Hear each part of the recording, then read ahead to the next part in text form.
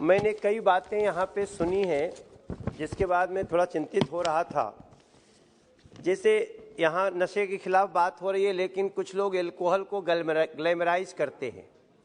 मेरी प्रार्थना होगी, मैं जिस गांव से आता हूँ, हमने देखा है सभापति महोदय, पहले शराब का नशा लगा, फिर गांजा का नशा लगा, फिर हेरोइन पीने लगे, 80-80 बीघा खेत बिक गया और बर्बादी के कगार पे चले गए। परिभाषा क्या है ड्रग की, उसमें जाना, लेकिन अल्कोहल को ग्लैमराइज न करें, ये मेरी प्रार्थना होगी। हमारे किसी साथी ने कहा कि बंदरगाह पर 3000 केजी ड्रग्स पकड़ ली गई, तो पकड़ ली गई, उस पर क्यों शौक्ड हैं, ये भी मुझे समझ में नहीं आता है। हम लोग जब तुलना करते हैं पहले से आज तक की, मैं अभी एक जानकारी पढ़ रहा था कि 2006 से 2013 तक जब्त की गई ड्रग्स किलोग्राम में 22,45,178 किलो थी। वही 2014 से 2022 तक ये 62,60,230 किलोग्राम पकड़ी गई।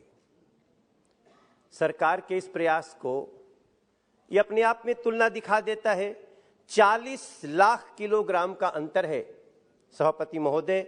जब्त की गई ड्रग्स की संख्या जहां 2006-2013 में 10,31,000 22,117 किलोग्राम थी, एक संख्या थी, वहीं अब 24 लाख से ज्यादा संख्या में ड्रग्स जब्त की गई है। हम तो धन्यवाद करना चाहते हैं एचएम महोदय का, जब उन्होंने चंडीगढ़ के एक मीटिंग में जो एनसीबी के सहयोग से गृह मंत्रालय ने किया था, उसमें जो उन्होंने स्टेप उठाए थे, उसका भी हमें अध्ययन करना चाहिए। अभी कुछ ही समय पहले की बात है, 27-28 अक्टूबर 2022 को सूरजकुंड में एक चिंतन शिविर हुआ, गृह मंत्रियों का सम्मेलन था। उसमें प्रधानमंत्री जी ने स्वयं भाग लेकर के संबोधित किया है और इसका परिणाम आ रहा है। लेकिन हमारी कोशिश ये है कि बातें बहुत हो गई, अब कुछ ठोस होना चाहिए। अगर नशा को हम नहीं हरा पाए तो उसका हमें अफसोस होना चाहिए। ऐसी स्थिति में कई ऐसी बातें, जैसे ड्रग्स के व्यापारियों पर कड़ा शिकंजा हो।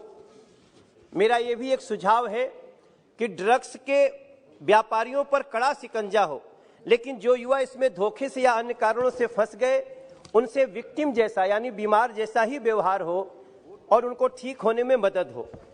मैं दिल्ली का सांसद हूं सभापति महोदय।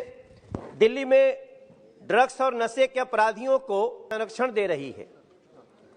यहाँ वो पुलिस की कार्यवाही में भी बाधा डालते हैं और स्वयं पुलिस के लिए अपमानजनक शब्द प्रयोग करते हैं जब वो ऐसे कड़े फैसले लेती है। वो शब्द मैं यहाँ नहीं बोलना चाहता हूं जो पुलिस के लिए प्रयोग किए हैं, लेकिन इसकी चिंता सदन को करनी चाहिए।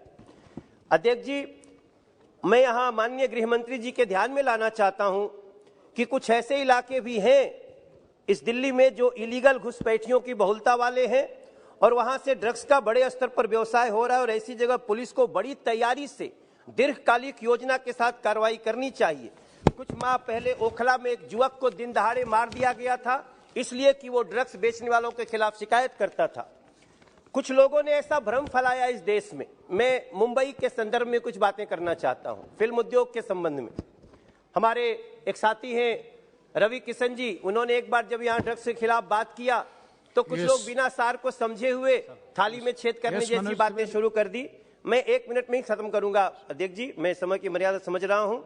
तो कुछ लोगों ने ऐसा भ्रम फैलाया कि ड्रग्स से बॉडी फिटनेस होता है, ज्यादा देर काम करने की क्षमता होती है, तनाव खत्म करने में मदद करता है। इन लोगों ने बड़ी खूबसूरती और चालाकी से देश के फिल्म कलाकारों, प्रतिभावान युवाओं को नष्ट करने के लिए एक साजिश के तहत ड्रग एडिक्ट बना दिया। परिणाम भयानक हुआ, हमने सुशांत राजपूत जैसे व्यक्ति को भी खो दिया।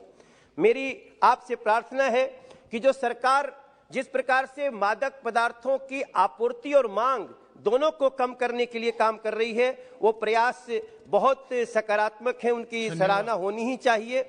लेकिन चर्चा तो उस नशे की भी होनी चाहिए सभापति महोदय। लास्ट में 2 लाइन है कि जो लोग ये जानते हुए, आजकल राजनीतिक पार्टियां चंदा लेती हैं, आदरणीय अमित शाह जी यहाँ बैठे हुए हैं, राष्ट्रीय अध्यक्ष रहते हुए इन्होंने ही, जब मैं प्रदेश अध्यक्ष था यहाँ पे, इन्होंने कहा था कि 2000 रुपए से ऊपर कोई भी हम बिना अकाउंट के चंदा नहीं ले सकते। क्या चंदा लेने वाले लोग ये समझते हैं कि वो चंदा किससे लिया जा रहा है?